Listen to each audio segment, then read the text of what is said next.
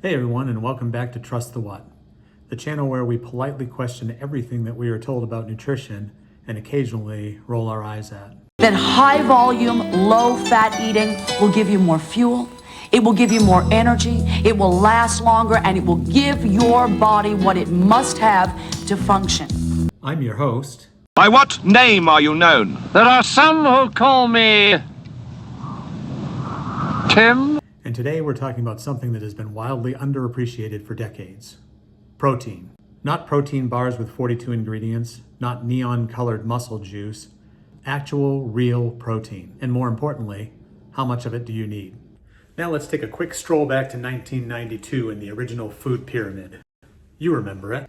Bread, pasta, rice, the base of civilization apparently. And protein. Oh, protein got a little corner. A tiny one. Like the kids' table at Thanksgiving. Back then we were told to eat 2 to 3 servings per day of the meat, poultry, eggs, fish, dry beans, and nuts group. Sounds reasonable until you ask the question, what's a serving? 2 to 3 ounces of meat. And that right there is 2 and 5 ounces, which if that was a big plate would look like a lot. But there's my hand in comparison. Or 1 cup of cooked legumes, 2 eggs, or 4 tablespoons of peanut butter. And that's a lot of frackin' peanut butter for just 14 grams of protein. Now let's max it out and see what it actually looks like. All right, in honor of 1990s, when this food pyramid came out, we're gonna go back old school and we're gonna use the whiteboard. Okay, so for breakfast, we're gonna say that I ate 2 eggs for a total of 12 grams of protein. For lunch, I had 3 ounces of chicken, which would give me 23 grams of protein. For dinner, I had 3 ounces of steak, which is 21 grams of protein. That's a total of 56 grams for the day. Not exactly body transforming by any means. But wait, you also got protein from the milk, yogurt, and cheese category. Let's take a look at that. They recommend 2 to 3 servings there too. So let's add it in. So let's say for breakfast, we add in there 1.5 ounces of cheese for an 11 additional grams. At lunch, we add in 8 ounces of yogurt for 19 additional grams of protein. And at dinner, we add in an 8-ounce glass of milk for 8 additional grams of protein. That now brings our total for the day of 94 grams of protein. And that's if you're maxing everything out. So yes, we were carb loading like we were running marathons, even if the only thing we were racing toward was insulin resistance. Fast forward to today. The new dietary guidelines for Americans 2025 to 2030 put protein front and center. First thing I like, it has an expiration date. The 1992's pyramid changed the way it looked a couple of times, but the message never changed. The new one says 2025 to 2030. That means scientists are acknowledging something radical. Science evolves. You see, that's the whole premise of this channel. We should trust what we know, but we should always question it when new evidence becomes available. The second thing I love, it has specific numbers. Instead of the old way of 2 to 3 servings per day, it specifies 1.2 to 1.6 grams of protein per kilogram of body weight. Now we're talking. So let's do the math. I currently weigh 212 pounds, but we're going to need to convert that into kilograms. That's not the way you're supposed to do it, Dad. They want us to do it this I don't way. know that way. Why would they change math? Math is math. It's okay, Math Dad. is math. 212 divided by 2.2 gives us 96 kilograms. Now, multiply 96 times 1.2 to give you 115 grams of protein per day, or 96 times 1.6 to give you 154 grams. So my target range is between 115 grams of protein per day and 154 grams of protein per day. Now here's the question. Do I take in 115 grams of protein, 154, or some miraculous number in between? It depends upon your activity level. If you are more sedentary, stay towards the low end of 115. The more active you are, stay on the higher end of 154. It comes down to this. Test it, adjust it, and do what works for you. Revolutionary concept, right? Personalization. So what does protein actually do? It builds and preserves lean muscle. More muscle means higher metabolism. Yes, you burn more calories, even sitting around. keeps you full longer. Protein doesn't ghost you an hour later like a bowl of cereal does. Stabilizes blood sugar. Fewer crashes, fewer cravings, less, why am I standing in the pantry again moments. If weight loss is your goal, protein is not optional, it's foundational. Now let's talk quality.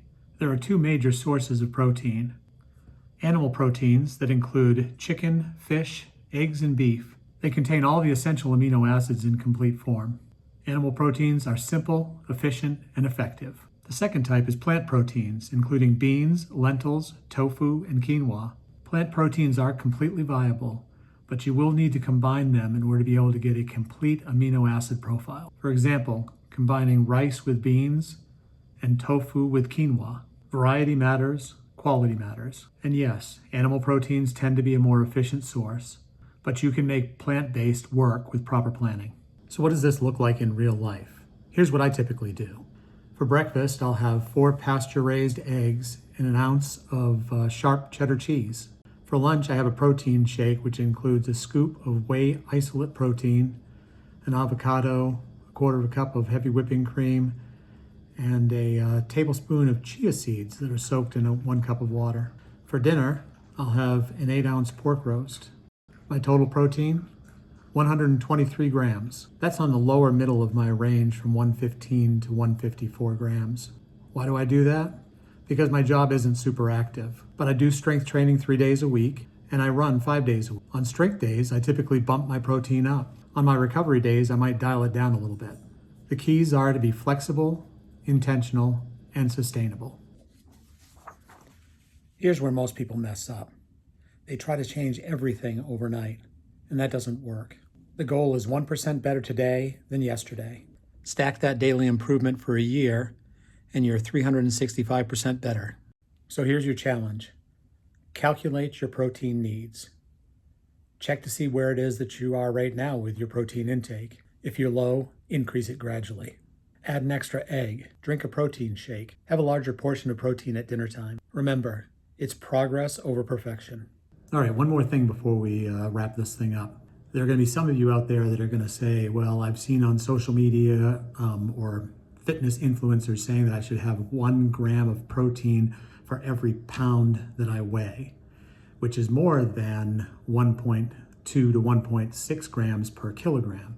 It ends up being the top end of 1.6 grams per kilogram of body weight ends up being about 0.72 grams per pound. What's the difference there? Well, let's take a look at a little clip here from Thomas DeLure, who has a much better job explaining scientific facts around weight loss and protein intake than I do. Here we go.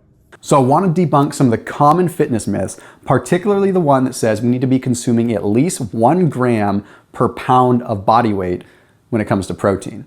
Well, couldn't be further from the truth. Let's break it down with some research. So the first study that I want to reference is one that was a 4-week study. This study took regular people and had them consume 0.61 grams of protein per pound of body weight, and another group consume 1.19 grams per pound of body weight. They had them start working out, they had them take care of their health, and they had them start living that overall lifestyle to try to put on some muscle and burn some fat. Well, what they found was that there was actually no difference in body composition or strength between the two groups. Absolutely no difference for those that barely consumed protein over 0.5 gram per pound of body weight versus those that were consuming an exorbitant amount at 1.19. Right there, that's enough to lead me to believe that that might be the way that we should go. In fact, even the author was being a little bit conservative when he looked at it and said, let's just err on the side of caution and say between 0.75 and 0.8 grams per pound of body weight. But some of you are probably thinking, well, that's only a month. What about longer term? Because eventually, doesn't it take time for the body to start breaking down tissue? Well, time to reference another study. So this study took a look at it a little bit different. This study looked at a slightly different number. They looked at 0.77 grams per pound of body weight versus 1 gram per pound of body weight in more conditioned athletes over a 3-month period of time. Well, guess what? No change in body composition, no change in strength, and guess what? Not even a hint of a change in hormonal state, meaning they didn't change out their hormones, things didn't start to shift, they weren't even going down the trajectory of losing muscle. only burning some fat later on down the line. So there you go. You can see that the studies actually show that anything above about 0.77 grams per pound of body weight doesn't really make that much of a difference, even in elite athletes. So I would say that you're safe being under that 1 gram per pound of body weight and being in that range of 1.2 to 1.6 grams per kilogram. All right, so let's recap.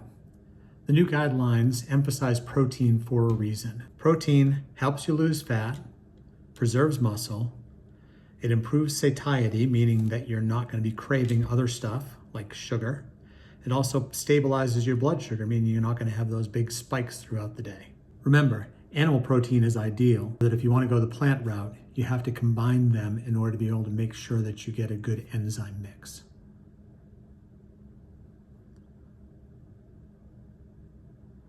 You've got to know your range.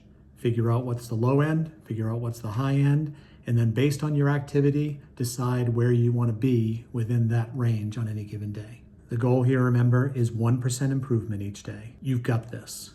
If you enjoyed today's episode, hit the thumbs up, subscribe, and drop a comment telling me what's your favorite protein source. Until next time, remember to question, trust the what? Because the truth about nutrition might surprise you.